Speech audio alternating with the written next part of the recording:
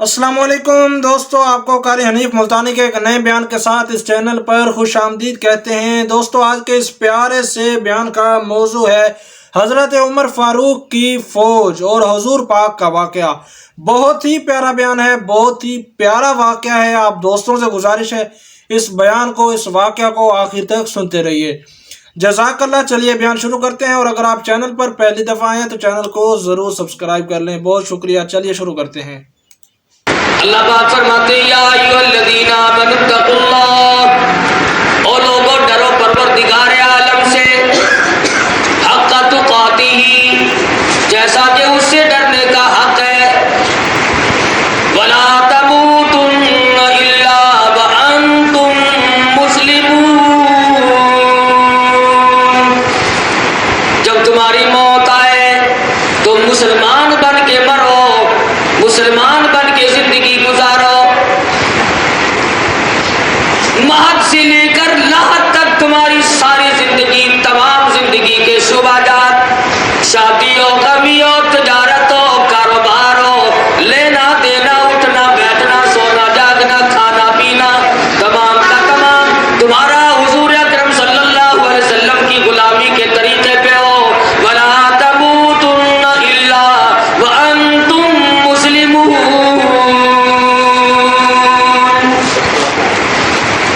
یہاں تک کہ جب تمہاری موت آئے تو جنازہ مسلمان کا اٹھے۔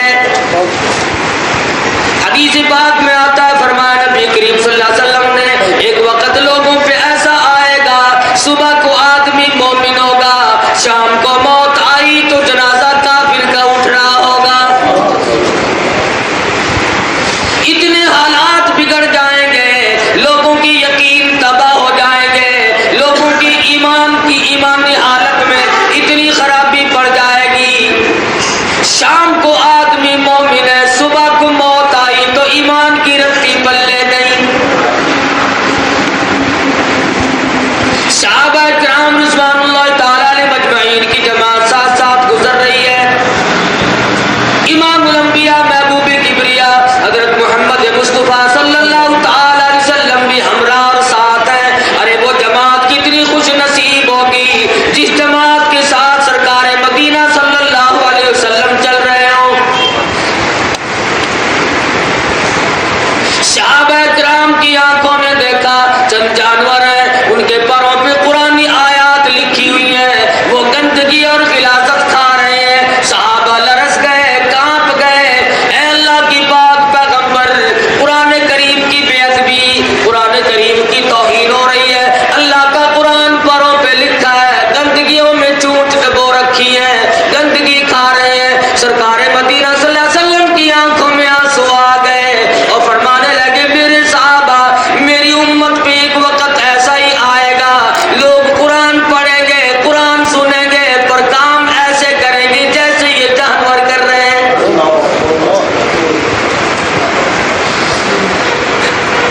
ایک اور حدیث میں فرمایا نبی کریم صلی اللہ علیہ وسلم نے کہ لوگ بڑے خوشگلو ہوں گے، خوشی لان ہوں گے، پڑھتے ہوئے تمہیں بڑے اچھے لگیں گے۔ سرکار مدینہ صلی اللہ علیہ وسلم نے اپنی پیاری پیاری انگلی اپنے حلق مبارک میں رکھی اور فرمایا لوگ قرآن پڑھا کریں گے، پر قرآن یہاں سے نیچے نہیں اترے گا۔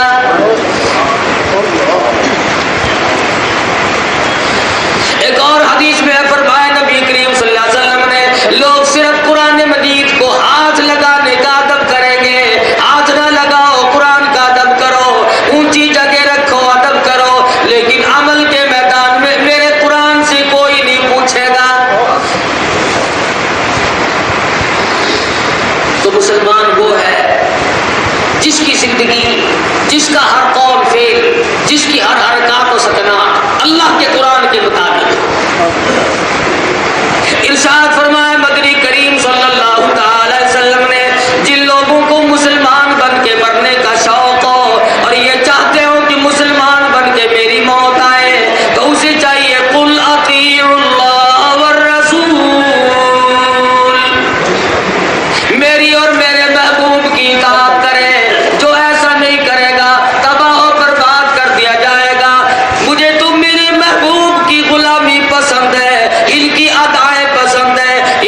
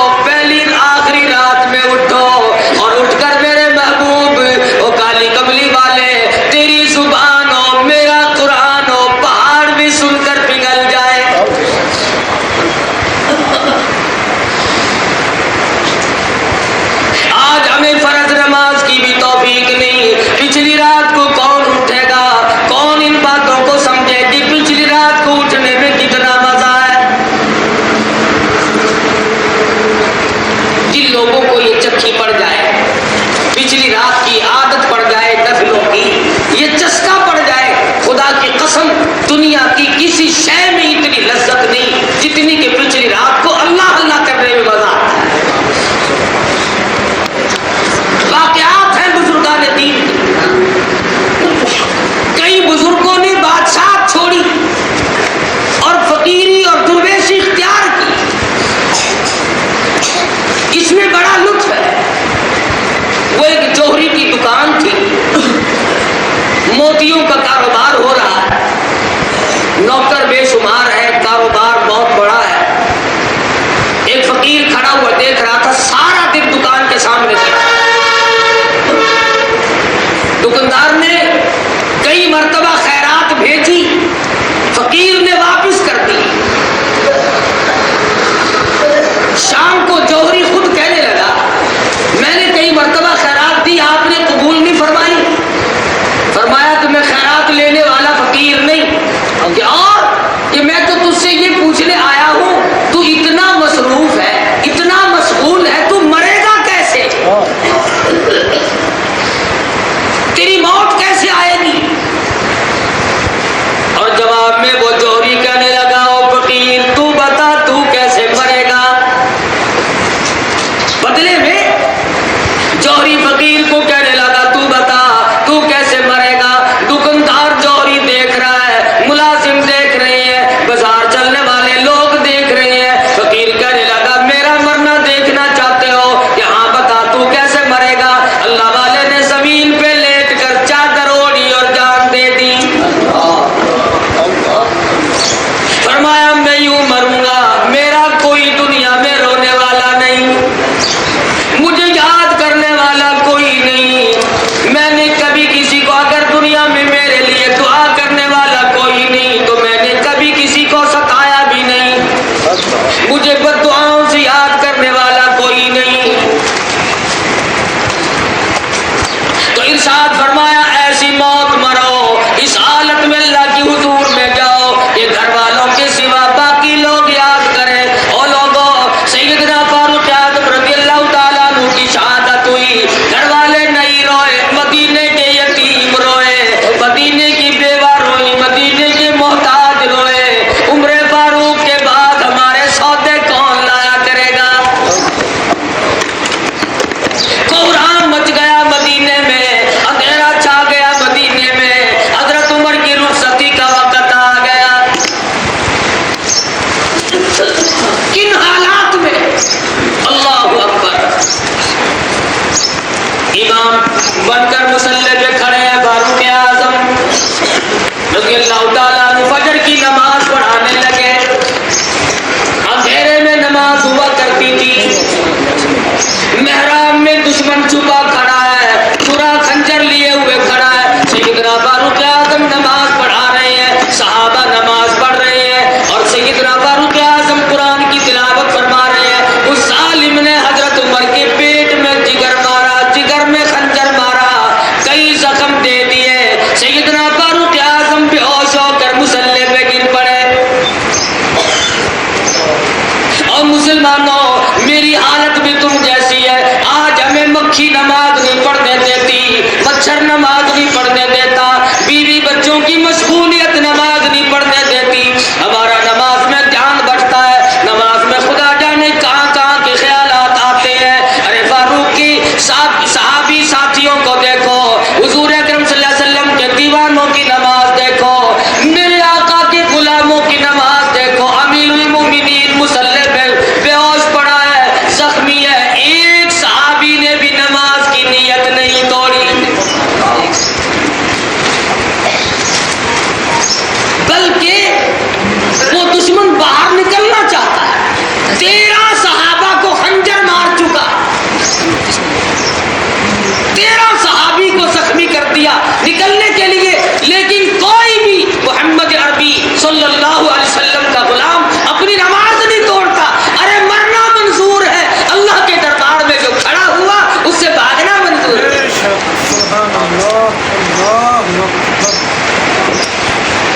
عجب نماز تھی صحابہ کی, اسی لیے تو وہ مسلمان تھے.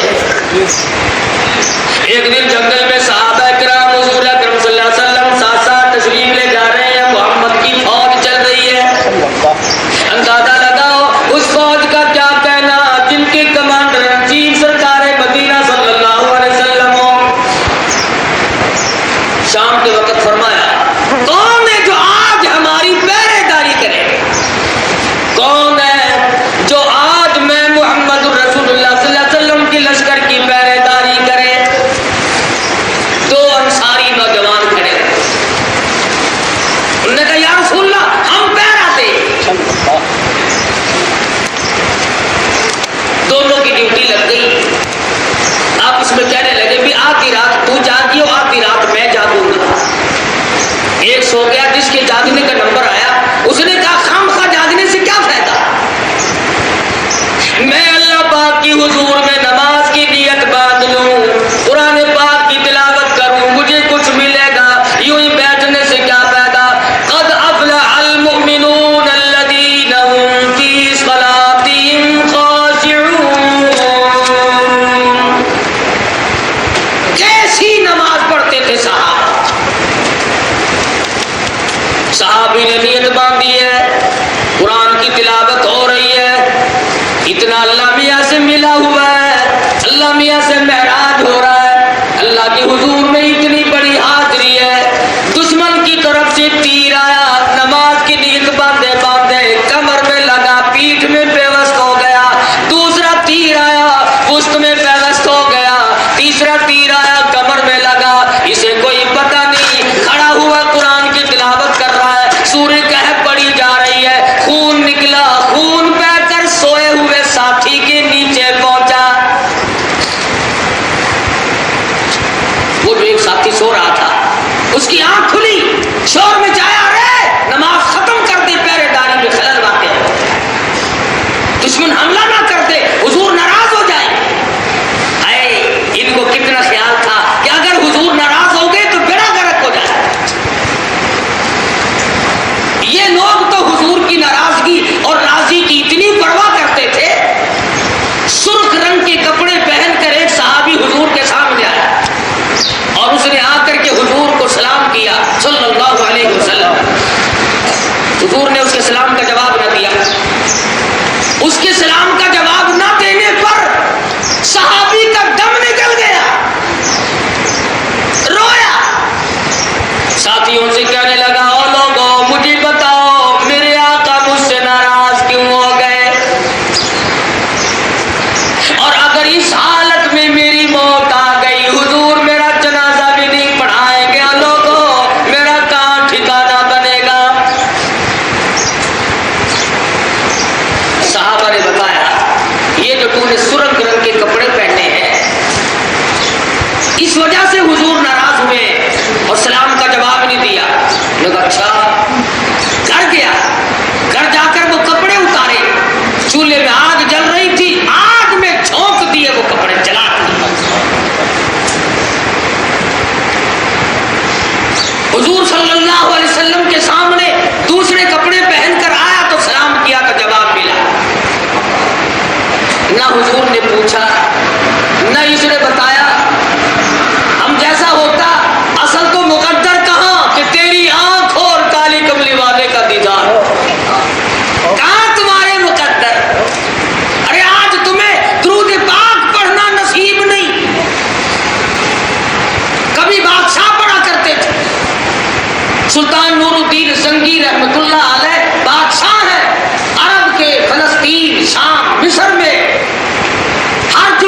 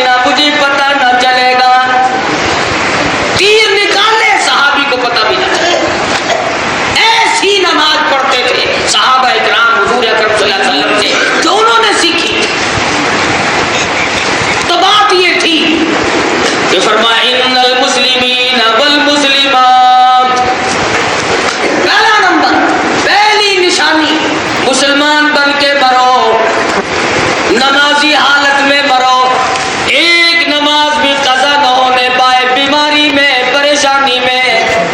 سیدنا فاروق اعظم کے مقتدی صحابہ کرام کی جماعت ہے، نماز کی نیت نہیں توڑتے۔ دوسرا صحابی آگے بڑھ کر امامت کر رہا ہے، نماز ختم ہوئی تب جا کر کے دشمن کو پکڑا۔ 3 دن تک کبھی ہوش آتا تھا، کبھی فاروق اعظم رضی اللہ تعالیٰ عنہ بے ہوش ہوتے تھے۔ ایک مرتبہ ہوش آیا تو اپنے بیٹے حضرت عبداللہ بن عمر رضی اللہ تعالیٰ عنہما کو بلوایا اور فرمایا بیٹے میری ایک التجا ہے، میری ایک تمنا ہے، میری ایک آرزو ہے، اس کو پورا کرنے کے لیے آپ چلے جائیں۔ ابا جی جو فرماؤ گے میں جان لڑا دوں گا، آپ حکم دیں، جو میرے کرنے کا ہوگا میں اس سے گریز نہ کروں گا۔ فاروق اعظم رضی اللہ تعالیٰ عنہ کو کئی جگہ زخم آئے ہوئے ہیں، خنجر لگے ہیں، حالت اچھی نہیں ہے، بے ہوشی ہو کے جاتی ہے، لہو بہ رہا ہے۔ فرمانے لگے او میرے بیٹے کام یہ کرنا ہے، ایک وصیت میری سن نور نظر، پورا کرنا تو میرے پسر۔ او میرے بیٹے میری ایک وصیت سن لے، میری ایک آخری بات سن لے، او میرے لخت جگر، او میرے نور نظر، او میرے فضل فرزندی، میری اس بات کو پورا کرنا۔ میں تم سے ایک بات کہنے لگا ہوں، او میرے جگر کے ٹکڑے، میری ایک بات، عمر تمہیں آخر سلام۔ او میرے بیٹے ام المومنین سیدہ طیبہ طاہرہ عائشہ صدیقہ رضی اللہ تعالیٰ عنہ کے دروازے پہ جاؤ،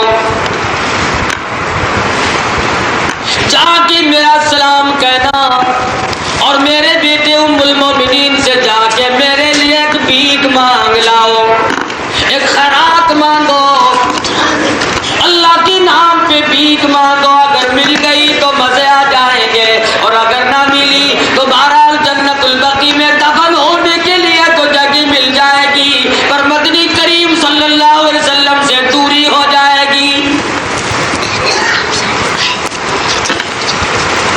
سیدہ عائشہ صدیقہ رضی اللہ تعالیٰ عنہ کا حجرہ ہے،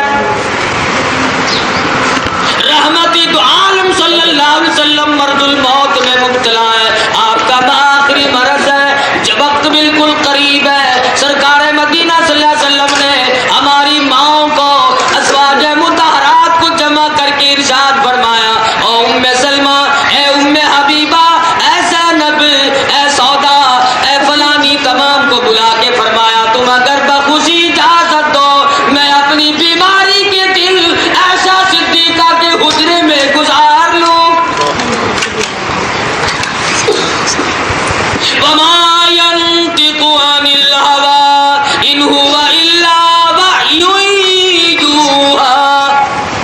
اللہ کی پاک پیغمبر کی زبان سے کوئی لفظ نہیں نکلتا جب تک اللہ پاک کا حکم نہ ہو۔ ارے حضور اجازت لے رہے ہیں، اصل میں مطلب یہ ہے حجرہ عائشہ کو گنبد خضرا بنانا مقصود ہے۔ حجرہ عائشہ کی اجازت مل گئی، رحمتی دو عالم صلی اللہ علیہ وسلم حجرہ عائشہ میں قیام پذیر ہے۔ اللہ میاں کو اس حجرے پہ اتنا پیار آیا جہاں پر ہزاروں مرتبہ جبریل امین تشریف لائے، جہاں پہ اللہ کا قرآن نازل ہوتا تھا۔ عائشہ صدیقہ رضی اللہ تعالیٰ عنہ تجھے کروڑوں مبارک ہو، تیری کوٹھڑی کا کتنا اونچا مقام ہے۔ حضرت عائشہ صدیقہ رضی اللہ تعالیٰ عنہ کے حجرے میں حضور دفن ہوئے، وہیں قبر مبارک بنی اور گنبد خضرا بن گیا۔ ابو بکر صدیق رضی اللہ تعالیٰ عنہ کا آخری وقت آیا تو وصیت فرمائی، او لوگو میرا جنازہ اٹھا کر مدنی کریم کے دربار میں لے جانا اور بلند آواز سے کہنا، او اللہ کے پاک پیغمبر یہ صدیق ہے، اگر اجازت ہو تو تمہارے قریب دفن کر دے۔